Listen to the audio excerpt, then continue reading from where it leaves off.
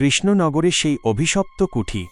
নমস্কার বন্ধুরা, তোমাদেরকে মায়াবী ছায়াতে স্বাগতম।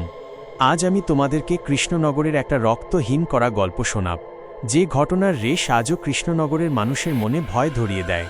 কৃষ্ণনগর শহরের এক প্রান্তে জলঙ্গি নদীর কোল ঘেঁষে দাঁড়িয়ে আছে এক বিশাল পুরনো আমলের কুঠিবাড়ি। লোকে বলে ওটা সাহেব কুঠি।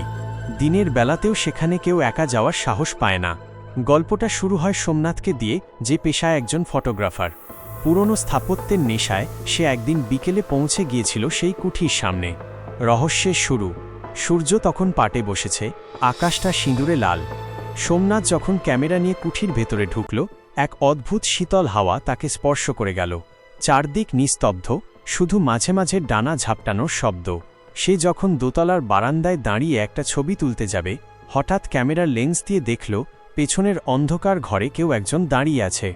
সে ঝট করে পেছনে ফিরল। কেউ নেই, কিন্তু অদ্ভুত ব্যাপার, ঘরের মেঝের ধুলোর ওপর এক জোড়া ভিজে পায়ের ছাপ। সেই ছাপগুলো যেন সোমনাথের দিকেই এগিয়ে আসছে, অথচ কোনো মানুষ নেই। রক্তহীন করা মুহূর্ত। আতঙ্কে সোমনাথের গলা শুকিয়ে এল। সে দ্রুত সিঁড়ি দিয়ে নামতে চাইল, কিন্তু যেন আর শেষ হচ্ছে না। যত নিচে নামছে মনে হচ্ছে সে আরও গভীরে চলে যাচ্ছে। হঠাৎ কানে এল এক করুণ হাসির শব্দ, একটা খিলখিল হাসি যা প্রতিধ্বনিত হয়ে দেয়ালে ধাক্কা খাচ্ছে।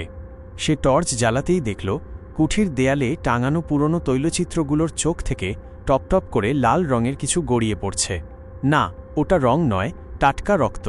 আর ঠিক তখনই তার কাঁধে কেউ একটা বরফ শীতল হাত রাখল। কানের কাছে ফিসফিস করে বলে উঠল, এখান থেকে কেউ ফিরে যায় না। শেষ পরিণতি। সোমনাথ কোনোমতে মরণপণ দৌড় দিয়ে কুঠির বাইরে বেরিয়ে এল।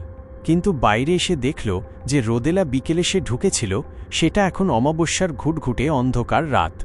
বাড়ি ফিরে সোমনাথ যখন তার ক্যামেরার মেমোরি কার্ডটা চেক করল,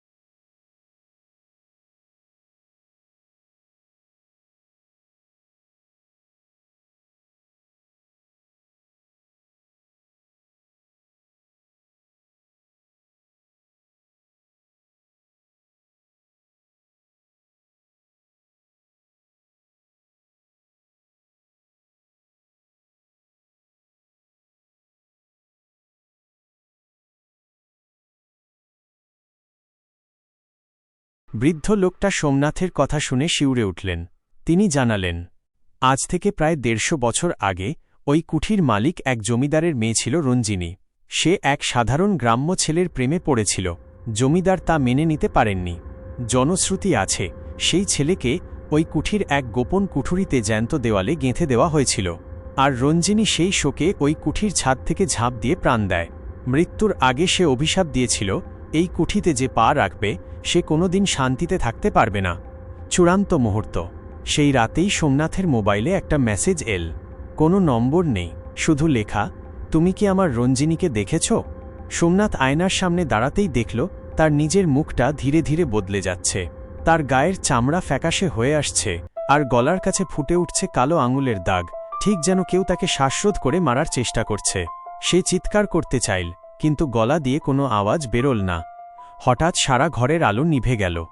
অন্ধকারে সোমনাথ অনুভব করল একটা বরফ শীতল হাত তার কানের কাছে এসে খুব শান্ত গলায় বলল, চলো, কুঠিতে ফিরে চলো, রঞ্জিনী তোমার জন্য অপেক্ষা করছে।